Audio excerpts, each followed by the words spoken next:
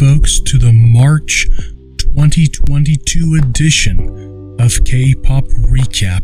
I'm the only living fanboy with my host, Kung Song Chun. Hello everybody, it's good to be here for another month. Today we have with us our guests, Tim the K-pop Dragon Cline and the Savage Chuck Loridans. This is going to be a really fun ride. First, you're going to hear from my co-host Kung, then me, then Tim, and finally Chuck, as we discuss each one of the amazing girl group comebacks we had in March of 2022. We're going to kick it off with Cherry Bullet, Love in Space. I thought it was a pretty good follow-up to Love So Sweet, even though a lot of people have said that they think it's a recycled version of that same song. I can see it to an extent, but I don't completely agree with that. The one thing I did notice is that there are a lot of references to space and the cosmos and everything, but there were really no standout visuals for those references. May happens to be my bias in the group, and my impression was, it seemed to me, and I could be wrong, that she got a little bit more screen time in the video than she normally does get. But there were a lot of good visuals. I enjoyed the choreo. The styling was gorgeous, especially the leather outfits at the beginning. Those were good. But I think overall, I think it's a good follow-up. I don't really have any overall negative complaints for it. I thought it was a fantastic follow-up to Love So Sweet. I really like what Jiwon and Chading were doing in the verse. Just that fast kind of spitting out, almost rapping style of singing was really, really cool in my opinion. A really fun video. My only complaint would be that they kind of took the formula from Love So Sweet and tried to repeat it. There is even the exact same melody in one place. So that would be my only real beef with this song, is that they wanted to repeat the success of Love So Sweet because it was a big song last year. That was a big song, Love So Sweet. So I felt they were just trying to market on the past success of that song of Love So Sweet. So, Love So Sweet, Love blank blank, Love in Space. They are trying to repeat that formula. And that's my only complaint. But other than that, I absolutely adored the song. Fantastic song, fun video, great group, Cherry Bullet. You gotta check it out. I think it's one of their best songs. It's one of my personal top 3, along with Hands Up and Love So Sweet. I think the sky is the limit for them. I wish they would have more than just one comeback a year, but I understand why. I mean, the company that they're with is not a huge company like SM Entertainment or JYP, but I think that they are putting out some great hits as of late. So let's keep it going. Number 1, she's a maniac. Maniac on the dance floor. 80s montage, great 80s energy, and I like that because I'm from the 80s. Number 2, awesome cat antics. Number 3, not enough story. Number 4, it was a song about space, but the video didn't have anybody in space. I felt that was kind of a letdown. I wanted people in space. I wanted spaceships and space helmets and so forth. Anyway, aside from that, number 5, really fun choreography and costumes. Number 6, some good sets and some cheap sets that look like cheap prom decorations. And let me say that I really have tried to adopt the philosophy of only promoting what I love and not talking about things I might not like. But as this is a review show, I want to say that just because something doesn't appeal to me, that doesn't mean I think it's bad. It's just, that is taste. There is no right and wrong in taste. Everybody has their own taste in things. Up next, we have Purple Kiss with Meme M. What can you say about Purple Kiss? They just seem to get better with each release. I found the whole song to be anthemic in nature, which is one of the things I love the most about some of the songs that are out there, is that they don't sound like anything other than a full-blown anthem. And that's how this one came across to me. The concept of mind control and memory access, things like that, I thought was good too. The visuals were incredible. I love the bass line on this one. It was just awesome. But this was, this is just another good follow-up for them. And they, like I said, they just keep getting better and better with each release. To me, the video really stood out with this song, more than the actual music, the song itself. The video, the sets were really, really cool. Really fun, changing between these different sets. Almost, I get kind of the vibe they're like inside of some kind of a mechanical animal. You see this brain scan, which really throws things off. There's these mirrors. But I get this almost Empire Strikes Back. They're going into this beast. They're inside this cave like it's a living animal. That's kind of the vibe that I got from some of these sets. Yet there's like there's some kind of mechanics. So there's a mechanical element to it. It's like a mechanical beast, maybe not a living beast, but a mechanical beast. Just a really fun video for me. Purple Kiss always comes through. I personally like the B-sides better, but still, fantastic song, really cool video. Really gets you thinking. It gets you thinking, watching this video, what all these strange sets could mean. And they really executed it in a nice way, where it wasn't just the switching between sets that we see a lot. It actually was something with some substance. It felt really cool, really intriguing. Almost science fiction-like, but not too heavy-handedly. It's not layered on so much like some videos you'll see, which is okay and which is fun. I love science fiction, but there's something science fiction-y about it, but it's not blatantly science fiction. So I get this vibe like they're in this like living cave or something, yet it's mechanical. A really interesting vibe for this song. In my opinion, I think this is probably their best song so far. I think that the sky is the limit for them, obviously. A lot of people didn't like this song, at least some people that I had talked to, that they're just not interested in Purple Kiss yet. Mainly because they feel like this concept that they're doing, or just the music overall, is not very interesting. I wholeheartedly disagree with that, because I think that they're one of the best groups out there. They just need more people to check them out, because they put out some quality songs, and the music videos are always fun, interesting, and just pretty amazing. So if you haven't really checked out Purple Kiss, please do. They are definitely worth it. Now on to Brave Girls with Thank You. I have to start off by saying that for Brave Girls and Thank You, that I'm just so proud of my babies. For them to come all the way from the Make Star project that I was part of back in 2016 for Rollin', for that song to come back and reignite their careers, I just think is just great. So, and everything that they've done since the resurgence has been just awesome. You can see the group's chemistry. They just basically play off each other so well. And of course, John, whenever she smiles, you just forget it. She lights up a room. It's one reason why she earned the nickname of Squirtle. But then again, we have to remember that Yeri of Red Velvet is also the first one to ever really get tagged with the Squirtle name, but I don't care. They can both have it. The song, it had a late 80s R&B feel to it, which absolutely connected with me. I love that. The choreo was perfect, along with the styling.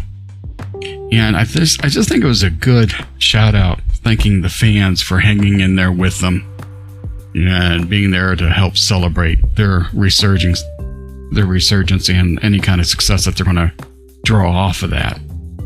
So I'm not the world's biggest fan of Brave Girls. But this song that they did, Thank You, a tribute to their fans, I like it.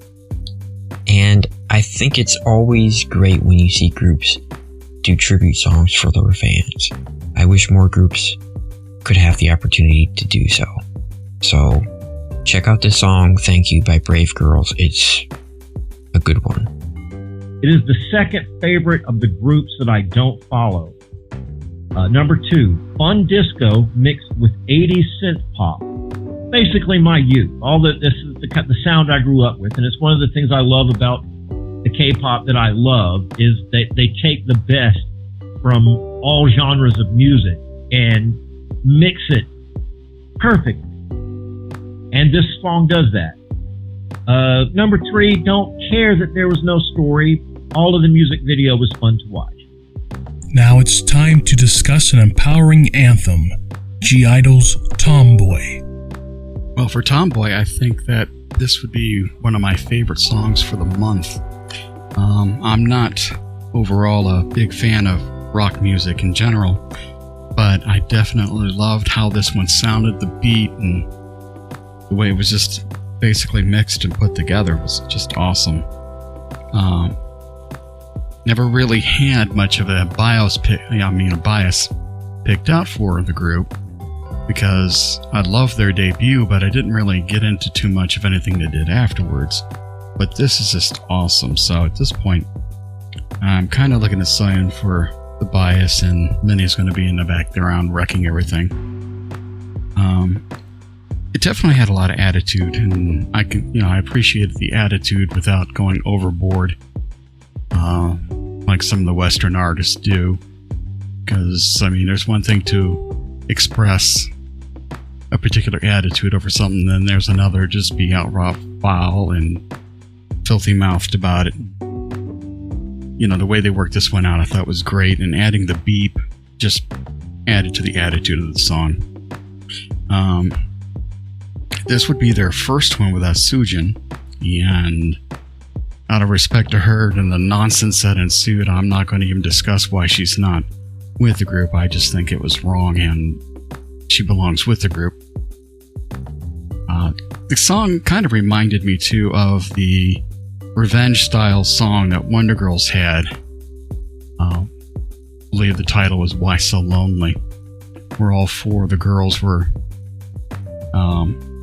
betrayed by one particular guy, and in the end they wound up doing him in. So I thought it was kind of funny. It reminded me of that. This is coming off their first full album, I Never Die, and I didn't bother to check it out just yet, but I had heard something that it was said that this could be the last call for the group if this album isn't successful.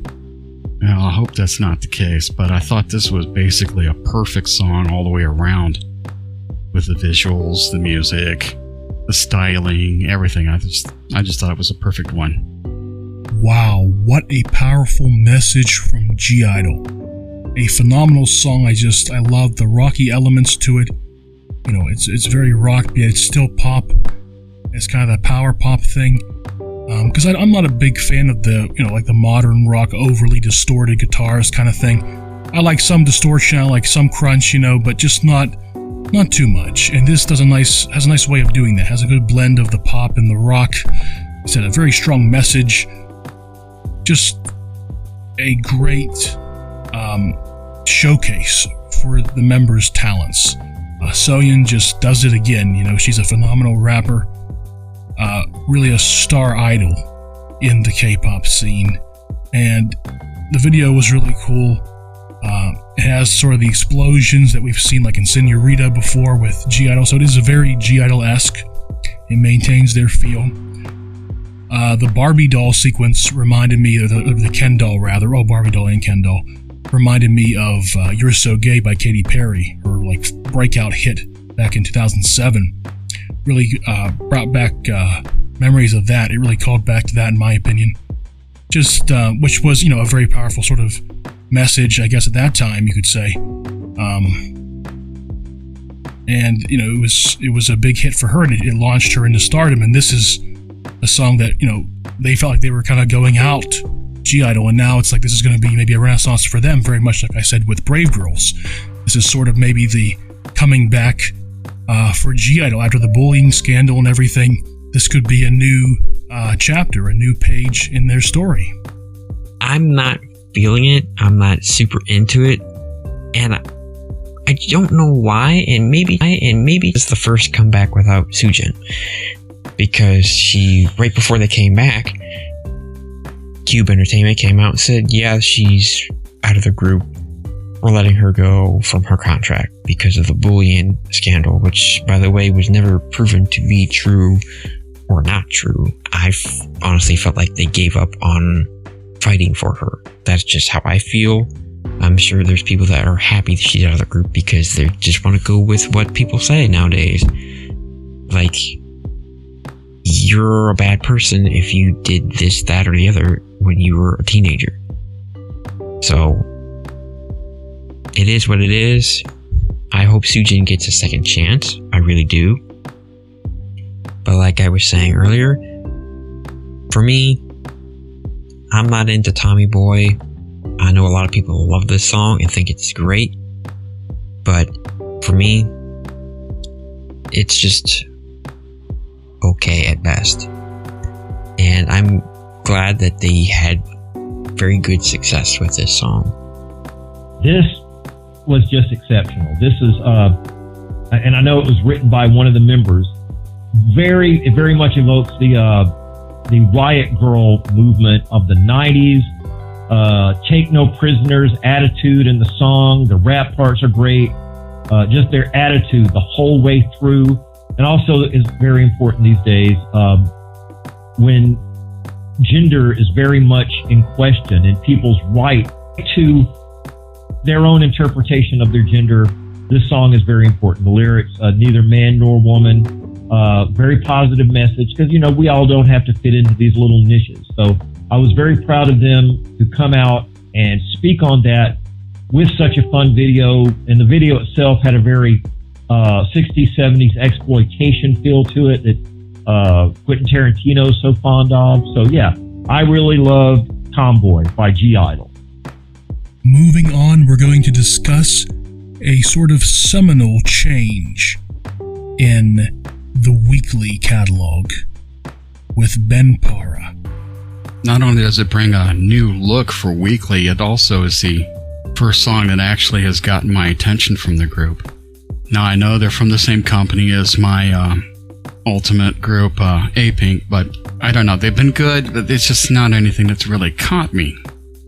But with this release, so it's definitely gotten my attention. I've been listening to it a few more times. I like the strong beat in it. The music is really very good. It had gorgeous visuals and styling in there. And definitely loved the choreo that came along with that. But I don't have a whole lot really to say on it because I haven't really been following Weekly all that much, so there's no comparisons or anything for me to add at this point. But for me, it definitely was very enjoyable, and I'll continue to keep looking at Weekly as things go on, but this would definitely be a must-buy for me. This was a very powerful MV. The song was so unique. It was different than what we've seen from, or rather what we've heard from Weekly in the past. However, it really grabbed me, and I'm not really even a big fan of Weekly, I'll be honest with you. But there was something that really pulled me in about this track. And the video, what can I say about the video? It's very powerful. It's all about this star. There's this big burning star that is kind of the central focal point throughout the video. I love space themed stuff.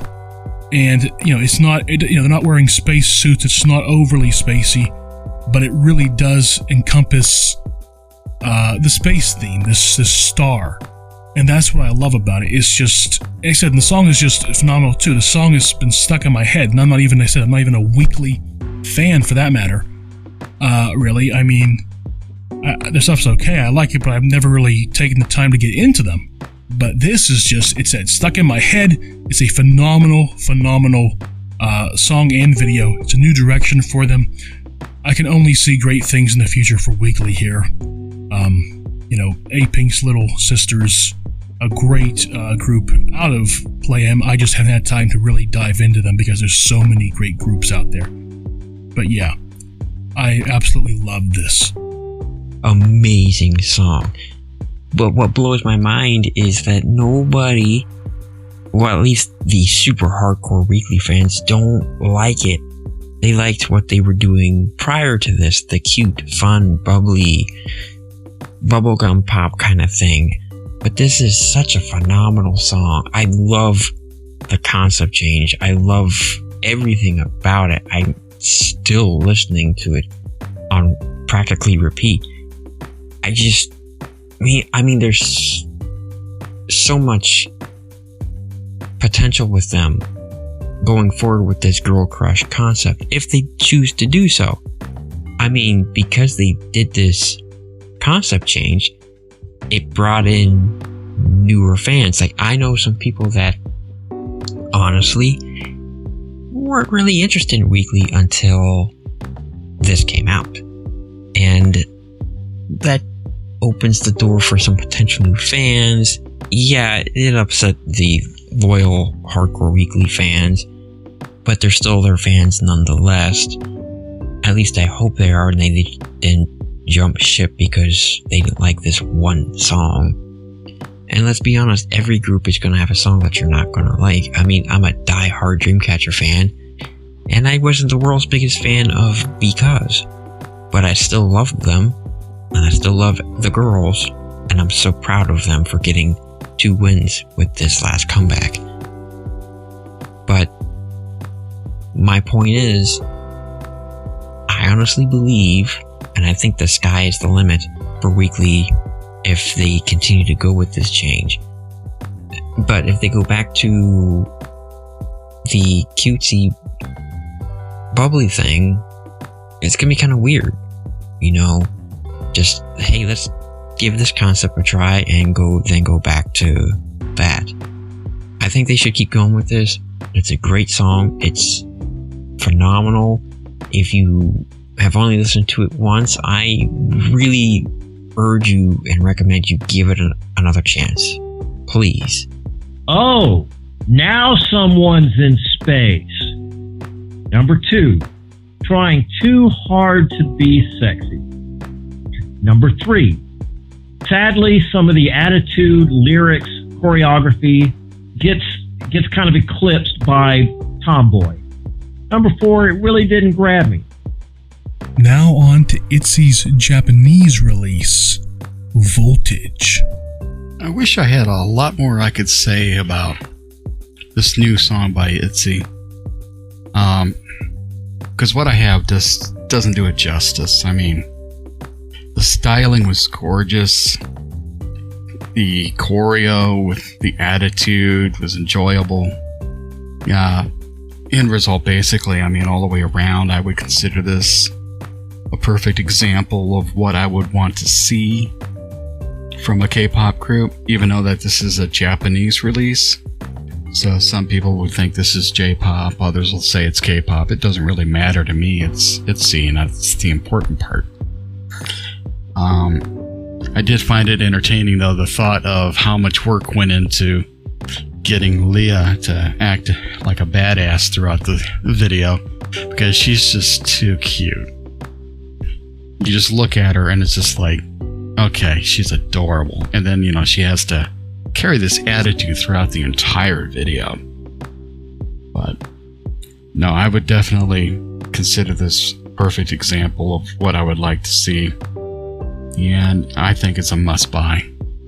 It's a great Japanese release from ITZY. A lot of people I don't think they really give enough of their attention to Japanese releases oftentimes. But this is just, in my opinion, better than a lot of the Korean releases from ITZY. I mean, I like ITZY. I'm not a super big MIDZY, but I do love ITZY still, and this just was phenomenal. It's one of those it's intense but still fun. And I like the sets. Even if they aren't real, I still love the sets. I love like the lava, the colored lava. It's really cool. I like the strut they do.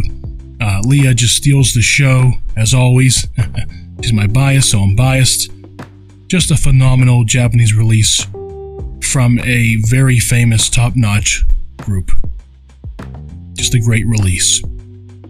Still JYP's answer to anyone / Blackpink. Number 2, great energy and very palatable song. Number 3, outstanding choreography. Number 4, of course, since it's JYP, sets, wardrobe, special effects are top notch. Number 5, regrettably, and this is an aspect that bothers me, no story that I've perceived, and that's sad because JYP's groups usually have great story videos. The next song we'll be discussing was made for an American television show. This is Wonderland by Alexa. Well, I'm probably going to get into trouble with a few people on this one, but I didn't like this. I mean, granted, the visuals were outstanding, but the problem with the visuals, actually, is that it doesn't fit the song. It just seemed like the two of them just didn't mix. That was my take. Originally, I saw the performance version of this song, and, obviously none of the visual work was in that. But the other thing I didn't really care for it is, maybe it's just me, but for a K-pop song, I don't really expect to have it in all English. Because to me, end result is that this struck me more as an English pop song than it was anything from a K-pop artist or K-pop itself.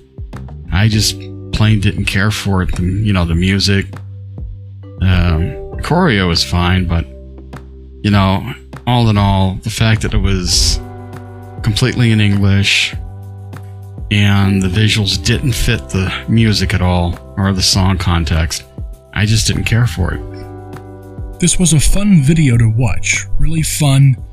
The song itself was made for an American television show, so I feel like you do kind of see the American influence. You can hear the American influence. It's not completely K-pop, but yet it still has a K-pop vibe. I think that's important, especially when she is representing K-pop in the American contest, because she's from Oklahoma, and she's representing Oklahoma in this contest, this American Song Contest. So I feel like it is important to maintain that K-pop feel, because it is a K-pop song, essentially, but it was made for an American audience. So that's important to remember too. And there is only really one line of Korean that I believe is repeated several times. So I would like to hear maybe a little bit more, but once again, it is made for an American television show. But still, it's a fun song. It's a different song. It's a good kind of song to introduce Westerners to K-pop who maybe aren't already interested in K-pop. They want to discover it. Maybe they want to get into it. They feel like something they should be doing, something they should be listening to. This is a good nexus into the realm of K-pop. Now that's a story music video. All kinds of action. It was like a Lara Croft movie or video game. She's got a lot of charisma, a lot of singing ability, and dance ability, and looks like she's a great actress too. And I did a little research and found out she's from Oklahoma, and she's actually representing the state of Oklahoma in the American Song Contest. And that's very impressive. I look forward to seeing more from her. Next, we'll discuss a solo release by a member of Mamamoo, Solar with Honey. I thoroughly enjoyed this new solo effort from Solar. It had a throbbing bass line, and if you haven't figured it out by now, I love bass line, especially when it's done right. But for Solar, her solo work has been kind of hit or miss for me. One moment I like what she's done, and the next moment it just kind of passes me by. And to anyone that kind of had a moment where they were thinking, wow, this seems familiar, which is what hit me, but then I started thinking about it. Some years back, Solar did a collab with Honey of Exit and Luna of Effects for a song called Honeybee. And that was really a good song. So if you're thinking, wow, this Honey seems familiar with Solar, that's why. The visuals in it I thought were simple, clean, and colorful. Because, you don't always have to have something complex. Sometimes simple works perfectly. And I enjoyed her playful attitude throughout the entire song. Now we're getting into some of my favorite releases. This is one of my favorite releases for March. Absolutely phenomenal. Solar was my first bias in Mamamoo, and this is just an incredible both video and song. I love the honeycomb design, the whole theme with because it's called Honey, obviously, so it's that sort of theme. I love the way they do it with her hats and her hair in this was really cool. I like the mask and the splitting of the mask. It reminds me of a piece or multiple literary pieces I was working on years ago for a writers group where I had about a mask splitting and breaking, and so it kind of calls back to that for me. It reminds me of my own works. Just phenomenal. Great. It's a great production on the video and on the music. Very talented. We've been getting a lot of great stuff from the members of Mamamoo lately, and this is no exception to that. Perfect sets, costumes, honeycomb. Number 2, sad to say because I love Solar, the song didn't grab me. Number 3, Solar is my bias in Mamamoo. She's awesome. She looks like a cross between Khaleesi on Game of Thrones and Elsa from Frozen. Number 4, Porcelain Mask always make performances artsier. Number 5, fun choreography, balance between energy and cuteness. Up next is a powerful double A side from a group who was very small but yet very powerful. This is Majors with Salute and Giddy Up. Well, this month we're getting 2 entries from Majors, and for me, I think they're one of the best groups out there that's just not getting on enough people's radars. But we did get 2 new songs from them this month, Giddy Up and Salute. With Giddy Up, I love the choreo. There's always something new, some kind of new choreo hook, at least to me, that comes up with Majors when they do their work. I thought, the camera work and everything was well done when you consider that the videos are done with a low budget in mind.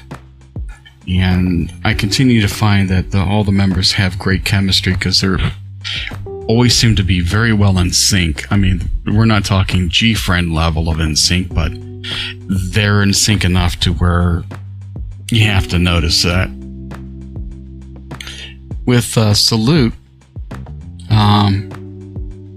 I thought the vocals were stellar.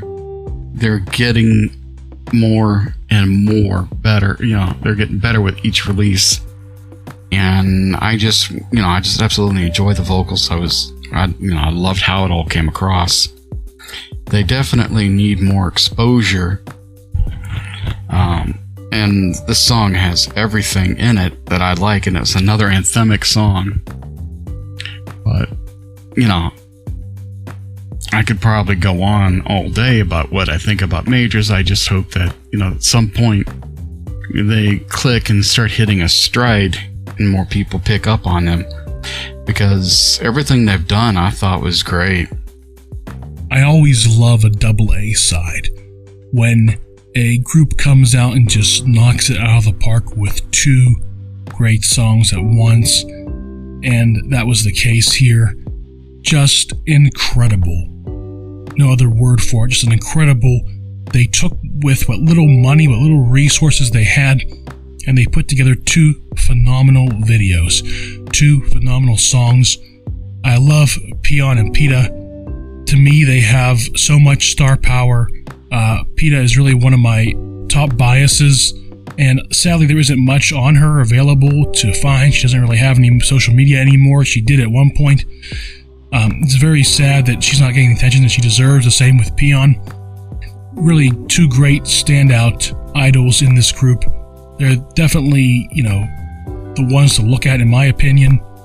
But just a phenomenal song, a phenomenal job from both of them. It is an incredible group who are very underrated. They need so much more. They deserve so much more love and attention from the K-pop community.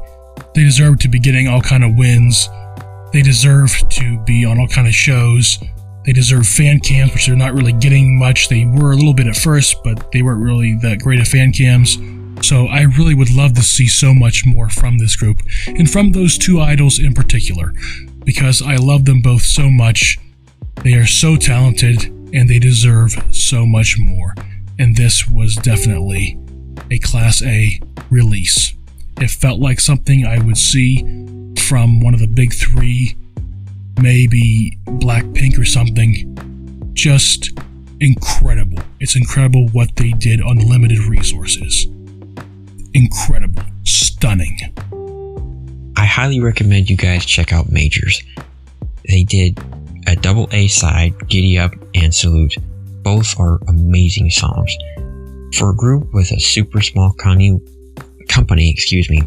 with very little funding, they can put out some amazing songs and some pretty quality MVs. I mean, I wish I could say more about them, but they do their yearly comeback because they're with a small company with very little funding. I wish that they could put out a single or something to help bring in more funds, because I think they could do some amazing things if they had the finance. But please check out Majors. They've had a lot of great songs since they debuted. Please check them out. They're worth it. I'd never heard of them, but very impressive. Number 2, I love the song. Minimalist video, but it works. I repeat, I really love the song.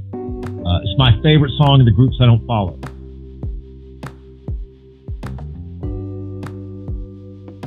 Now we'll discuss a comeback from one of the most beloved groups in all of K-pop history.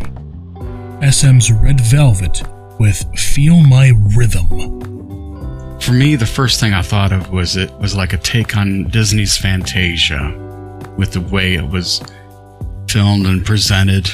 It just had that quality to it, with elements of Cirque du Soleil in there as well. So I thought it was very artistic. Now, there's been other people that have talked about it in the aspect of, from music and art appreciation, but I never had those kind of classes in college, so I really can't draw those references. So for me, it was a Fantasia with Cirque du Soleil. I thought the styling, however, of, the makeup, the wardrobe, the sets and everything, I thought it was epic. It was just absolutely incredible. The song itself, I liked how it was a balance between the Red style and the Velvet style of sound. But it just was, I think, well written, to be honest with you. I liked the string sections in it. It was, like I said, it was kind of a hybrid of their different sounds. But overall, I thought this was a perfect release for them. As many of you know, Red Velvet is the group that really got me into K-pop, that made me a true K-pop fan. Was one of those groups where, for me, they could never do any wrong. I remember just seeing them for the first time. I wasn't really sure if I wanted to get into K-pop, but then I saw Red Velvet, I heard them, I said, this is amazing, I want to get into it. However, recently I feel like SM is pushing them more in this direction with their sort of, cinematic style universe within their songs, and therefore it's making them more like aespa. It's giving them more of that vibe, a lot of their music. And with this song, that's what I was getting. It was hyped up to me before I actually watched the MV and heard the song. that it was going to be, really Baroque, really Bach-inspired. And other than the air on G string in the beginning, it doesn't really give me that vibe. I was expecting choirs, organs, harpsichord, something big and epic, and for me, musically, it just failed. Now, visually, I feel like it really, you can see all the art influences in there. For me, visually, with the video, it was compelling. It was visually compelling. Almost reminded me of Phantom Menace, some of the sets you see from Phantom Menace in there. Really cool stuff in the video, but the song for me, sadly, even though this was my first alt group, my first real group that I stand, it just fell short for me. But it's still a good song. I still love it. For me, it's not one of my favorites. It's a good song. A lot of people love it. A lot of people love the video. It is a very interesting and unique and very different MV than you would see from your typical K-pop group. I just couldn't get into this last comeback. And look, that's not a knock against Red Velvet. They clearly want to try something different, or maybe SM Entertainment wanted to try something different with them. But a lot of people liked it, especially, like I said, the music video. People loved that. It's very artistic.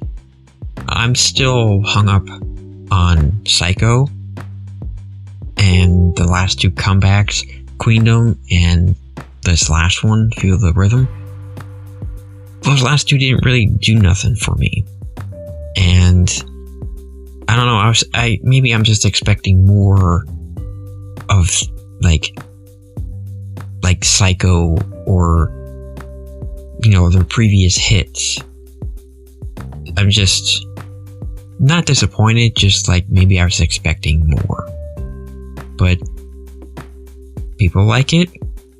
Hey, that's your thing, that's your thing. Alright, Red Velvet, Feel My Rhythm. A little bit of disagreement with some of my fellow K-pop recappers, but I thought this song was incredible from start to finish. I loved it. Combines great classical music like Bach with classic works of art, especially Hieronymus Bosch, Garden of Earthly Delight. The costumes, sets, everything absolutely brilliant. I love the song. Everybody was used perfectly in the video. I've watched it over and over again. I've even showed it to friends of mine who aren't even K-pop fans, and even they begrudgingly admitted, yeah, that's kind of awesome. We just discussed Feel My Rhythm, the Korean comeback for Red Velvet. And now we're going to discuss their Japanese comeback, Wild Side. Wild Side would have to be my favorite release for the month of March. It was a Japanese release, but it was anthemic in nature. The music was well done. I love the styling and the choreo in it. The outfits I thought were incredible. It also reminded me of Like a Cat, done by Ace of Angels some years back. The same concept of, the girls breaking into a safe to steal jewels. And the other thing I noticed too is that it seems like ever since the movie Entrapment with Catherine Zeta-Jones, the sneaking through laser lines has become kind of a meme or a cliche, but in any case, I always get a grin when I see that being pulled off in there. I would consider Wild Side to be my favorite. Between this and Feel My Rhythm, I'd have to say that out of the two Red Velvet releases we had this month, definitely Wild Side for me. I liked the video even better. I liked the art stuff they were doing and Feel My Rhythm, but I just loved this video. It reminded me of Like a Cat by AOA, which is one of the first songs that I heard getting into K-pop. So this really, to me, just harkens back to that. It harkens back to the old Red Velvet. Just, to me, their Japanese releases have always been top-notch. My favorite Red Velvet song of all time is #Cookie Jar. So to me, the Japanese releases are always just phenomenal. And this is no exception. This is my favorite out of the two releases. Not that there's anything wrong with Feel My Rhythm, but as you just heard, I wasn't too keen on the music, honestly. So this is, to me, more of the typical Red Velvet that I was looking for, with the news of 2 new Red Velvet songs in March. I really loved it. It's hard to follow Feel My Rhythm. Number 2, it's a fun high story in the music video. And 3, the song doesn't grab. It's too much Velvet and not enough Red. On to the final song for the month. Oh My Girl's Real Love. You know, it's interesting when you think about Oh My Girl. I mean, one moment you think that, they can't possibly get any better than what they already are. But then they drop something and you look at it and it's just like, God, this is even better than the last thing. And as my joke goes, I mean, just back away slowly from the Mimi and no one gets hurt. She was just incredible in this. Visually, performance-wise, everything. I mean, just unreal. But overall, I mean, all the girls were just drop dead gorgeous in visuals and styling. I think, if I'm not mistaken, this is also the first release since Benny has changed back to her name of Yuban. So it's going to take me a little bit getting used to that. I'm still going to immediately think Benny, but that's what she wants. So, I'll work on it. This is another song that felt anthemic to me, but this time it had a heavy bass and synth line to it. And it just came through clearly. So I was enjoying that immensely. But the overall feel of the song, it gave me a feel like it's something that you might have gotten from the Beatles if they were making music, during this day and age. I know Paul McCartney's the only one that's really still active, but it just had that feel to me, and more likely no one else is going to agree, or others are going to go, what are the Beatles? But anyway, I definitely enjoyed this and looking forward to see what they do next, because they just keep getting better and better. This was probably my favorite overall release out of all the ones we've discussed. It really is saving the best for last. It was at the end of the month and just blew me away, both the music and the video. I mean, the music is just phenomenal. And the video, I love how they managed to switch between different moods, different worlds. They use sort of this cinematic style lighting and they go to more of a typical MV kind of lighting with no shadows. And they managed to just go between these two to sort of change worlds. And as someone who's into cinematography, that was really fun to watch. That was really cool. I really enjoyed seeing that. It's just phenomenal to see how Mimi has grown herself as a performer, kind of breaking out of the shell that she's kind of been pigeonholed in. I love to see that. I love the vintage look on her. She's been really rocking that look. Everything. Yubin, with her, going back to her actual name instead of using Beanie, which she always kind of wanted to do. This is the first comeback since that. And it's just, she seems to have a renewed confidence. But yeah, I just loved everything about it. I loved everything about this song. I love the whole album. Parachute is my favorite B-side.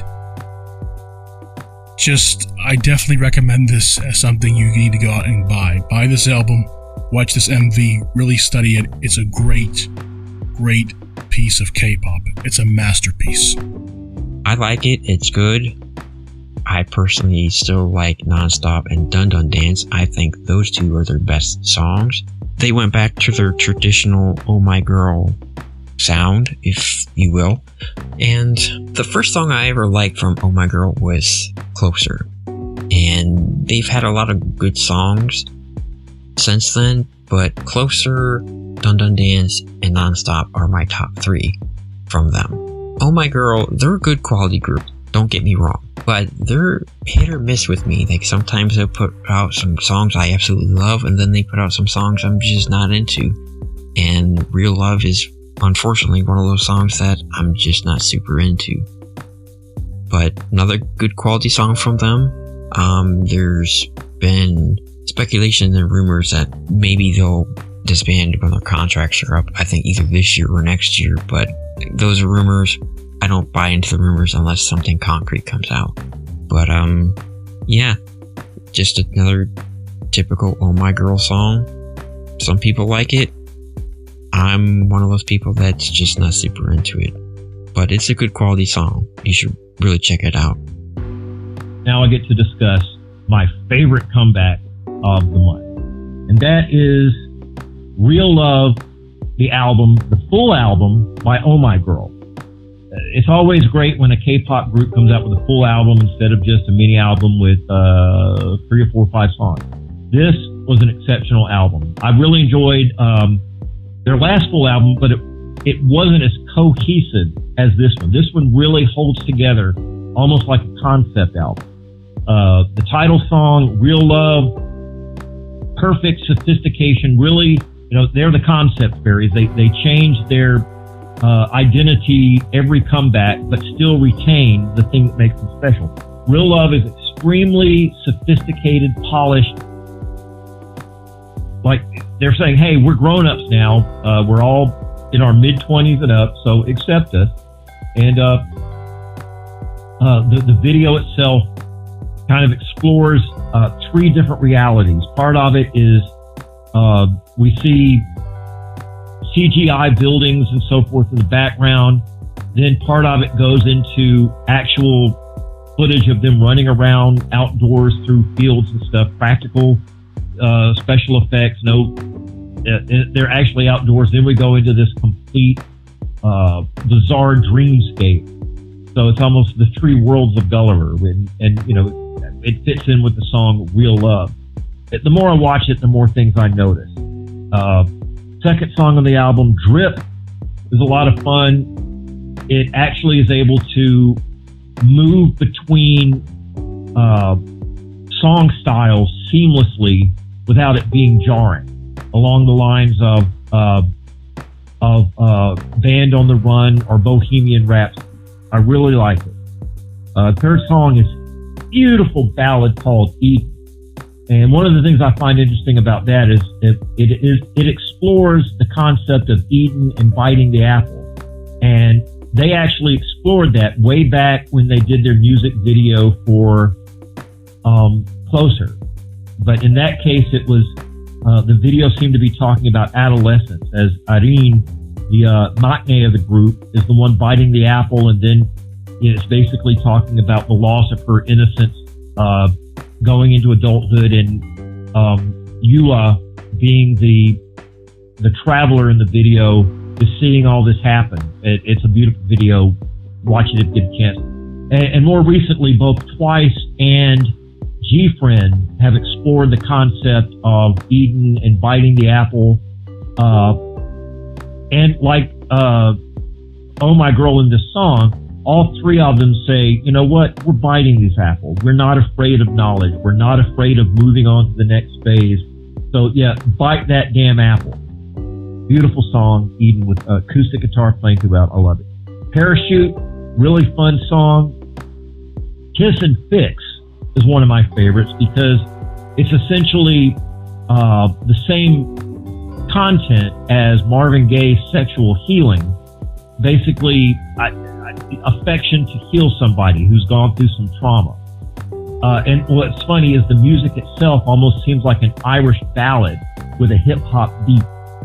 Blink is just fun hip-hop with their distinctive voices. My favorite song on the whole album is Dear Rose, which brings in concepts from the book The Little Prince by Antoine de Saint-Exupéry, a famous classic children's book. The song basically follows it, and it's very fun, and it's so endearing the way all the girls pronounce Pretty Little Rose. If that doesn't get to you, I don't know what will. And then the song ends with, the album ends with Sailing Heart, which is a gorgeous ballad. It and Dear Rose almost seem to be like their songs to the fan. I can't I can't. I've listened to this album over and over and over again as I work. I'm a groundskeeper. It gives me energy. Oh My Girl Has Never Let Me Down. I highly recommend getting the album. Real Love. Before we wrap up, Tim would like to explain why he didn't comment on some of the songs. So we were supposed to cover Solar's Honey, Itzy's Voltage, Wild Side by Red Velvet, and Alexa's Wonderland. I didn't get a chance to rightfully look at or check out, only because I was in the process of moving, so that's why I didn't get to look at them. Well, that wraps it up, folks. Talking about March's releases have been fun, and I look forward to talking to everyone again next month when we talk about April. I can't wait too. Thanks to Tim, the K-pop dragon, and the Savage Chuck Loridans for coming and helping us to discuss these wonderful K-pop comebacks. Hopefully I'll see you next time. All right. Bye. It's been an amazing month. And if you love this podcast, or you want to be on this podcast, please become a patron on my Patreon, Only Living Fanboy. It means so much. And thanks for listening.